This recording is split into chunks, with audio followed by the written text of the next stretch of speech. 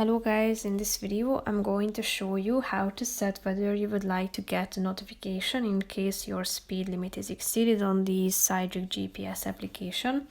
But first I just want to mention, don't forget to subscribe to my channel because at 10,000 subscribers I am going to show you my whole YouTube revenue statistics and growth strategy, how to make money online. Now let's jump into it. First of all, open the app on your phone. Click on this menu icon in the upper left corner and tap on Settings. After that, within the General section, you can find this Notifications button, so click on it, that's the third option.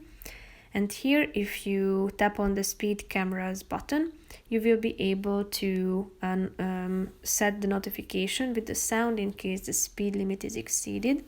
So click on it. Here you can enable the Allow Speed Cameras feature, as well as the Show on Map, which will display the speed camera on map and notification center, and you can enable the sound notification as well, and down below you can select the sound too.